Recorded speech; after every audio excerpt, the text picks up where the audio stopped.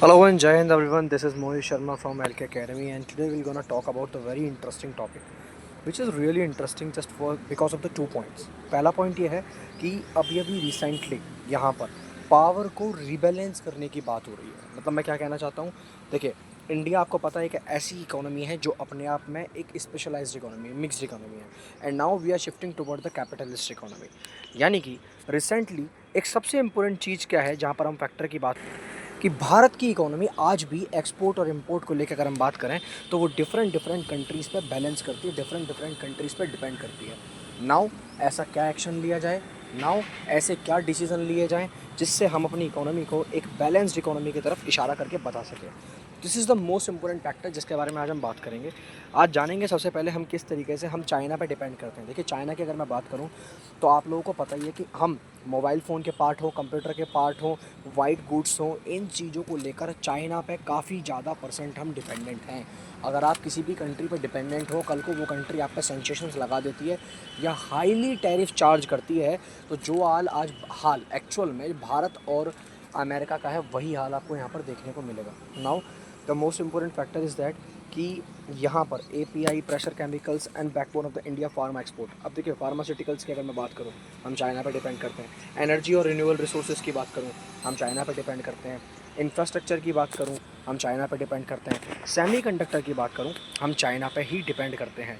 And this is the most curious thing कि हमें एक बार जाननी चाहिए कि कहीं ना कहीं चाइनीज़ मिलिट्री के साथ जितनी भी डिस्टर्बेंस हमें देखने को मिलती हैं, डायलेमास देखने को मिलते हैं, 2020 के बाद जो गलवान वैली में हमें इशू देखने को मिला था, ऐसे फैक्टर्स में हमें कई बार बहुत स्ट्रेटजिकली डिसीजंस लेने पड़ते हैं आफ्टर द डिपेंडेंसी।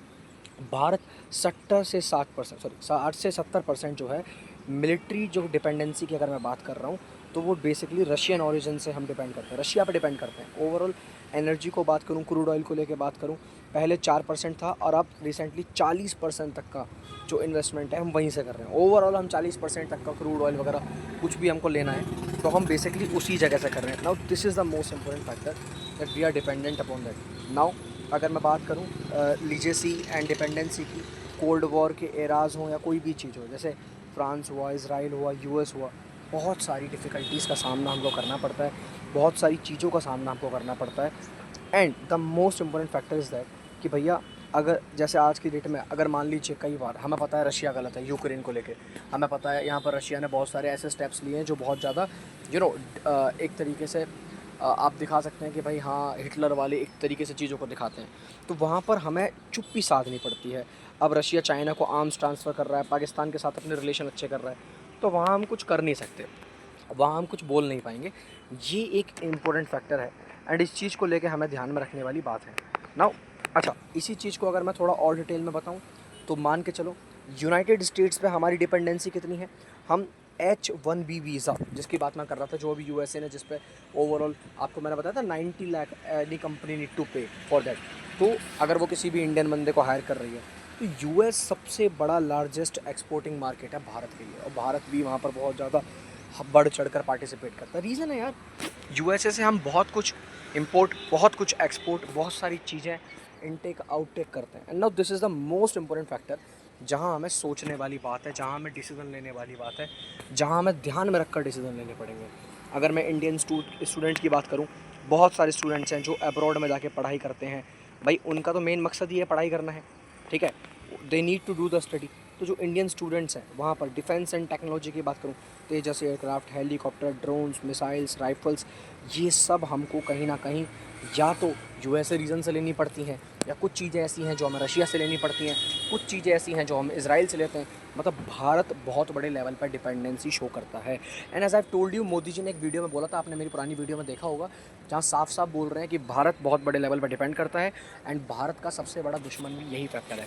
यानी कि भारत को अगर ग्रो करना है तो भारत को कम करनी पड़ेगी अपनी डिपेंडेंसी रेशियो। अगर भारत सक्सेसफुल होता है अपनी डिपेंडेंसी रेशियो को कम करने में, तो ये भारत के लिए बहुत बड़ी अचीवमेंट होगी। नाउ जियो पॉलिटिकली अगर इस पॉइंट को देखा जाए तो कहीं ना कहीं partnership helps actually balance the Chinese power, but dependency restrict India's freedom and trade and dispute and the third countries engagement. अब एग्जांपल लीजिए, जैसे हम चाबार पोर्ट पे काम कर रहे थे, मैंने आपको बताया भी था, एंड रिसेंटली मैं चाबार पोर्ट के बारे में आपको बताऊंगा अभी बहुत जल्द। चाबार पोर्ट पे हम जो काम कर रहे थे वहाँ पर ईरान के ऊपर सेंसेशंस लगा दिए, काम नहीं कर पाएंगे, ये नहीं कर पाएंगे। यानी कि मान लीजिए अगर मान लीजिए यूएसए का रिलेशन ईरान से अच्छे नहीं है एंड हमारा ट्रेड यूएसए से बहुत अच्छा है, तो अगर हम ईरान के साथ नज़दीकियाँ बढ़ा रहे हैं तो उसमें सबसे ज़्यादा दिक्कत अगर किसी को होगी तो वो यूएसए को होगी। सिंपल सी बात है, आज चाइना भारत के साथ नज़दीकियाँ बढ़ा रहा है तो उसमें सबसे ज़्यादा प्रॉब्लम अगर दिक्कत किसी को हो रही है तो वो चाइना को हो रही है। ये एक फैक्टर है। नाउ फॉरेन पॉलिसीज़ की अगर मैं बात करूँ तो फॉरेन पॉलिसीज़ भी यहाँ बहुत इंपॉर्टेंट रोल प्ले करती हैं।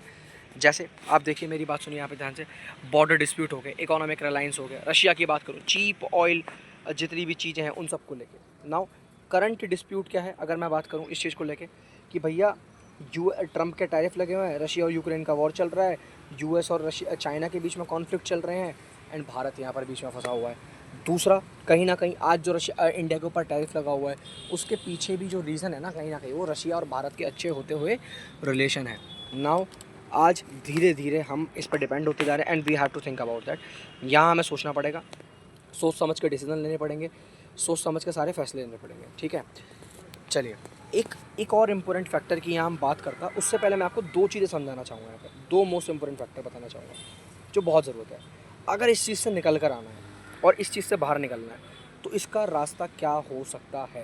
What can be the way कि भैया मैं इससे आउट हो जाऊँ, इससे मैं बाहर हो जाऊँ, मुझे कल को इन फ्यूचर कोई दिक्कत ना हो, प्रॉब्लम ना हो, परेशानी ना हो। तो इसका एक सिंपल सा रास्ता ये है कि हमें अपनी डिपेंडेंसी कम करनी पड़ेगी। और उसका रीज़न क्या है, वो कैसे कर सकते हैं भैया, डिफेंस के प्रोडक्ट इंडिजीनियस करो, एक्सपोर्ट करो डाइवर्सिफिकेशन को, यानी कि जो भी एक्सपोर्ट हम कर रहे हैं वो एक कंट्री में, बड़ी कंट्री में ना करके छोटी छोटी कंट्रीज़ में करो। मिडिल ईस्ट में अपना एशियन कंट्रीज के साथ, अफ्रीका के साथ, यूरोपियन यूनियन के साथ, सबके साथ एग्रीमेंट्स को बढ़ाओ। और कहीं ना कहीं ज़्यादा जो आप इंपोर्ट कर रहे हो, मान लो आज चाइना मुझसे बहुत बड़े लेवल पर इंपोर्ट कर रहा है या यूएसए मेरे से बहुत बड़ा इंपोर्ट कर रहा है, तो मैं एक्सपोर्ट के मामले में तो डिपेंड हो जाऊँगा ना। यानी कि इंपोर्ट अगर मुझसे कोई कंट्री कर रही है उसमें फायदा मेरा है, कल को वो कंट्री मेरे साथ ट्रेड करना बंद कर दे तो लॉस भी तो मेरा है ना। आज हम चाइना के कॉर्न नहीं खरीदेने भाई, चाइना के जो कॉर्न थे, सॉरी आज हम जो यूएसए के कॉर्न थे वो चाइना नहीं खरीद रहा है, तो यूएसए भारत की तरफ टिल्ट कर रहा है। So this is the most important factor जो यहाँ पर ध्यान देने वाली बात है। ठीक है, चलिए आई होप ये वाला पॉइंट आपको समझ आया होगा। फिलहाल यही है कि जो 1991 में क्राइसिस आए थे जहाँ हम एक पॉलिसी लेकर आए थे एलपीजी, लिबरलाइजेशन, प्राइवेटाइजेशन, ग्लोबलाइजेशन, उसका मतलब सिर्फ ये नहीं था कि आप एक नॉर्मल कंट्री की तरफ इशारा करो या नॉर्मल कंट्री के साथ काम करो, बट आपको पूरे ग्लोबल मार्केट में अपना एक तरीके से दबका बना कर रखना पड़ेगा and that can be done. चलिए आई होप गाइज आपको ये वीडियो पसंद आया होगा and if you love the video तो देखिए हमारी एकेडमी ना डिफरेंट कोर्सेज लॉन्च करती है, एनडीए, सीडीएस, यूपीएससी, जीपीएससी। आप किसी भी कोर्स को ज्वाइन कर सकते हो, आपको वो कोर्स बहुत ज़्यादा डिस्काउंट के साथ मिलेगा। आप मेरा क्यूआर कोड स्कैन करो, मेरा बेसिकली ये कोड डालो जिससे आपको डिस्काउंट मिलेगा। आई होप आपको वीडियो में मज़ा आया होगा। मिलेंगे अगली वीडियो में, तब तक के लिए जय हिंद, वंदे मातरम।